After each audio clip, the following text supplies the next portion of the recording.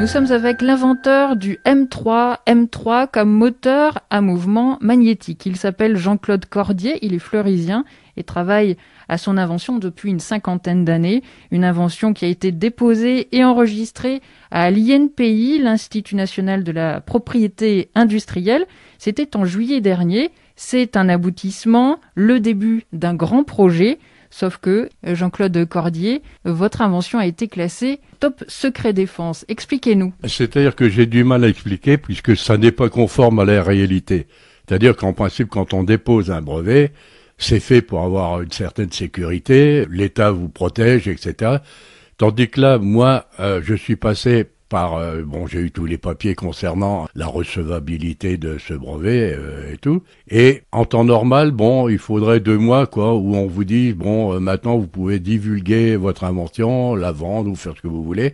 Et moi, au lieu de ça, j'ai eu quelqu'un qui m'a téléphoné du ministère de la Défense ou bien de l'INPI, je sais pas, et qui m'a dit, en donnant en référence le numéro d'enregistrement de mon invention qui avait été déposée, pour vraiment me faire voir qu'il était au courant de tout, et qu'il a dit, M. Cordier, je viens vous annoncer que votre invention a été classée top secret défense. Alors je vous conseille d'en assurer sa sécurité. Alors j'ai même pas eu le temps de lui dire, mais monsieur, je vous remercie ou ceci, cela, top, ça a été terminé. Bon. Alors question bizarre, moi je me suis dit, qu'est-ce que c'est cette connerie et tout. Alors je me suis dit, la meilleure des choses à faire, c'est d'écrire au directeur et de lui demander ce que ça signifie. Pourquoi classer mon invention top secret défense? Parce que j'ai pas fait une bombe atomique, j'ai fait un moteur. Bon. Et pour lui demander qu'il m'explique exactement qu'est-ce qu'il y avait comme problème. Alors, j'ai eu une réponse quelques jours après, par lettre recommandée, en disant que M. Cordier, on ne peut pas répondre d'une façon manuscrite. Si vous voulez avoir des réponses, vous tapez le code. Alors, ils m'ont donné un code pour Internet et tout ça, alors qu'ils savent très bien que je n'ai pas Internet, déjà d'une part, et qu'on a communiqué pendant plusieurs années ensemble, sur différents brevets, parce que j'en ai pas déposé qu'un, que tout marchait très bien, qu'on m'envoyait du courrier et tout, et subitement, sur les milliers de personnes qui allaient à une pays, il n'y a plus personne capable d'écrire.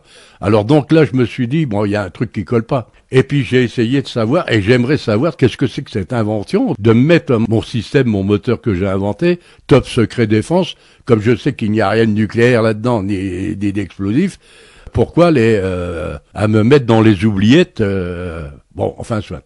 Personne n'est capable de me donner une solution ni quoi que ce soit. Cette invention, pour moi, elle est capitale et énorme. Le M3, moteur à mouvement magnétique. Quel est le principe de ce moteur? Le principe est assez simple, c'est-à-dire, pour faire fonctionner un moteur quel qu'il soit, il faut de l'énergie. Donc moi, mon énergie, qui a toujours été celle-ci, c'est l'énergie magnétique. Parce qu'avec l'énergie magnétique, en utilisant des aimants de nouvelle conception, des aimants qui sont au néodymium, des aimants d'une puissance considérable, en utilisant et en ayant fait concevoir des aimants d'une façon spécifique, parce qu'il faut déjà les travailler d'une façon tout à fait spécialement, le magnétique, ça vous sert à vous donner l'énergie. Cette énergie magnétique vous permet d'obtenir une force avec des aimants d'une puissance qui devient considérable. C'est en fonction de la taille des aimants.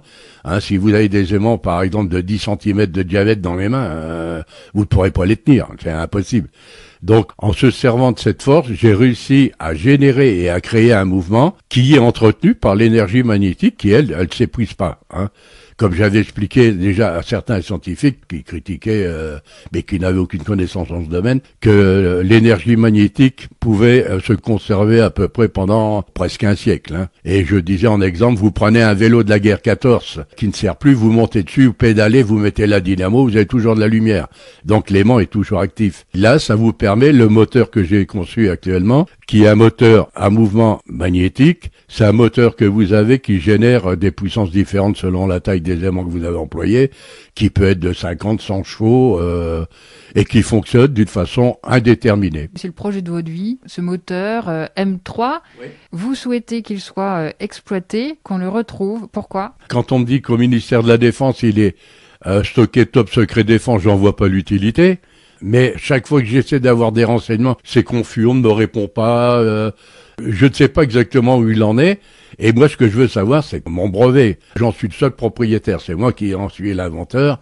Je veux que celui-ci me serve quand même au moins à gagner ma vie, déjà, d'une part. Vous souhaitez qu'il soit exploité. Oui, absolument. Pourquoi? Quels sont les intérêts pour la population, pour la nature également. Pour la nature, c'est immense. Maintenant, le moteur par lui-même, quand je vois que vous avez des moteurs, que M. Macron subventionne un coup de milliard, le moteur à hydrogène par exemple, qui pour moi c'est un moteur qui est déjà, pas à exclure tout de suite, mais d'une conception qui va coûter la peau des fesses, et d'une maintenance pratiquement impossible. Moi, mon moteur, puis un moteur qui va vous donner une autonomie sur une voiture qui va pas dépasser les 500 km. Moi, mon moteur, une fois qu'il est conçu, ça vous donne une distance illimitée.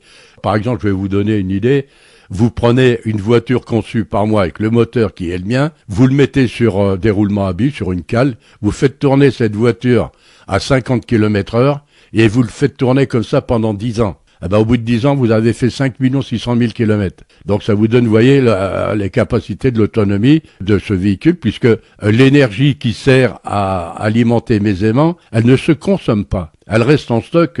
Les aimants au iridium, c'est leur avantage, c'est que les aimants conservent leur capacité magnétique, mais eux déclenchent une force qui est terrible, quoi. Et tant qu'ils auront l'énergie derrière, ils vont fonctionner. Et puis alors, par la suite, ce moteur, quand on voit que dans le monde entier, vous avez à peu près 10 milliards de moteurs qui existent en tout genre, je passe du moteur du lave-vaisselle, de la machine à laver, du frigidaire, de tout ce que vous voulez, des moteurs de voiture, des moteurs de bateau, des moteurs d'avion, tout ça, ça rentre en ligne de compte. Et comme je disais dernièrement à des personnes qui suivent ce dossier, mon moteur, vous le prenez, moi je vous fais, avec la taille, disons, d'un groupe électrogène qui aurait la taille d'un super congélateur, un coffre de congélation, j'arrive à vous faire à peu près 20 kilowatts avec ce coffre. Ce coffre, vous le mettez chez vous dans un pavillon, un appartement, vous avez l'énergie gratuite pour le restant de vos jours. Maintenant, si à la construction d'immeubles, les industriels sont contraints de monter en même temps un espace pour installer une centrale électrique, vous allez avoir des immeubles qui vont être alimentés en électricité d'une façon totalement indépendante. Vous allez éliminer tous les câbles électriques qui se baladent dans les rues, les pylônes haute tension. Tout ce que je vois là, j'ai vu dernièrement à la télé des détails que Total faisait avec des hectares de panneaux voltaïques pour avoir un petit peu d'énergie, etc. Ça coûte une fortune, c'est inimaginable, alors que moi, vous n'avez pas besoin de passer par Total. C'est comme votre voiture, vous aurez plus de pompe. Vous avez votre voiture en bas de chez vous, vous voulez faire 1000 km ou 2000 km, vous les faites, vous n'arrêtez nulle part. Vous êtes totalement indépendant, et vous pouvez être indépendant de la même façon au point de vue énergétique. Parce que votre voiture, à partir du moment où elle fabrique de l'électricité pour son énergie propre, vous allez faire du camping, vous voulez faire du barbecue. Si vous avez une prise électrique au cul de votre véhicule, vous le branchez, vous faites marcher votre barbecue électrique, ou vous alimentez votre caravane. Donc il n'y a pas de limite. Alors dans l'avenir, pour les Verts, qui envisagent beaucoup de solutions, déjà, moi, dans les 10 ans à venir, si mon moteur est mis en application, dans les 10 ans à venir, il n'y a plus de centrales nucléaires, ça ne sert plus à rien, puisqu'ils n'ont plus à produire d'énergie électrique. Ça devient indépendant et autonome pour chacun d'entre nous. La voiture, c'est pareil, il n'y a plus de fumée, parce que mon moteur, quand il fonctionne, non seulement il ne pollue pas, il ne consomme pas de matière, il ne fait aucun bruit, il peut fonctionner sous vide d'air, il peut fonctionner sous l'eau, il a une autonomie qui est totalement indéterminée. Je compte à peu près pour 100 ans, disons 90 ans. Tout ça, ce sont des avantages qui, pour les écologistes, sont gigantesques. Vous avez des bateaux, un avion, imaginez un petit avion, un avion de club, vous avez un système de moteur comme le mien. Les drones, ça devient pratiquement un drone, mais lui, au lieu de tourner 24 heures, il peut rester un mois en l'air, sans se poser. Donc imaginez que vous avez un avion style d'une caravelle, vous pouvez manger à bord, dormir, avoir une baignoire et tout ça, vous tournez, vous êtes pratiquement devenu un satellite de la Terre. Alors tout ça, vous voyez, ça vous donne des quantités de solutions qui sont immenses d'ailleurs. Jean-Claude Cordier, vous avez déposé 4 brevets à l'INPI. Vous l'avez dit, ça fait une 50aine d'années que vous travaillez sur le M3. Vous aviez 26 ans. Alors, quelle a été votre formation? Quel a été votre parcours professionnel? Je suis ingénieur issu de l'aéronautique. J'ai été pilote moi-même, j'ai fait beaucoup de choses dans ma vie, j'ai été chef d'entreprise, j'ai beaucoup de choses, mais si je m'étale là-dessus, il y en a pour une éternité. Mais j'ai même enseigné, j'ai été prof à l'Horte, hein, il y en a qui m'entendent de l'Horte. J'ai été enseigné la mécanique et le dessin industriel dans cette école. J'étais responsable à l'époque, dans les années 80 des poussières, j'étais responsable du GLAM, l'escale GLAM des avions présidentiels qui était basé à Orly, avec l'escale du GLAM qui était à Villacoublay. Là-dessus, ça m'a enseigné et apporté encore des éléments techniques incroyables, quoi. Mais au point de vue technique, je crains personne et au contraire, je donne des solutions là où beaucoup de gens pataugent. Non, c'est pas ce qui m'impressionne, ça. Mais ce que je veux, c'est maintenant qu'on me dise où est ce brevet, qu'est-ce qu'on compte en faire, et puis qu'on me le restitue, que je sois quand même capable de pouvoir l'exploiter, parce que je sais que à l'heure actuelle, des entreprises, même l'EDF, si vous voulez, ou Énergie, ou Total, ce sont des gens qui sont milliardaires au point de vue compte industriel, qui pourraient acheter ce brevet, qui est pratiquement illimité dans la conception des choses. Aujourd'hui, vous demandez des explications. Moi, ce que je demande maintenant, je vais être obligé d'intervenir et demander à M. Macron, puisqu'il est au courant. C'est le ministère de la Défense qui a saisi ce brevet pour le mettre top secret défense. Alors qu'on me dise pourquoi on l'a mis top secret défense, et puis où il est, et quand on compte me le rendre.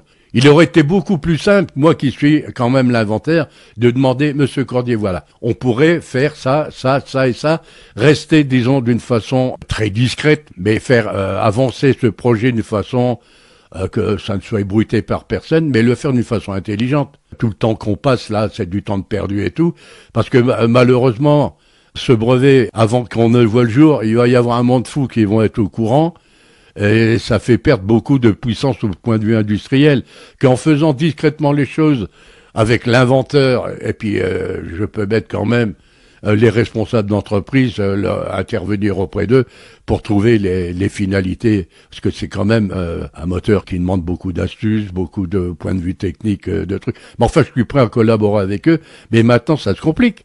Puis alors, ce qui m'inquiète le plus, quand j'ai entendu que vous aviez le colonel des renseignements généraux français qui a été arrêté aux États-Unis pour avoir fait de l'espionnage au profit des Russes, ça pose quand même des questions.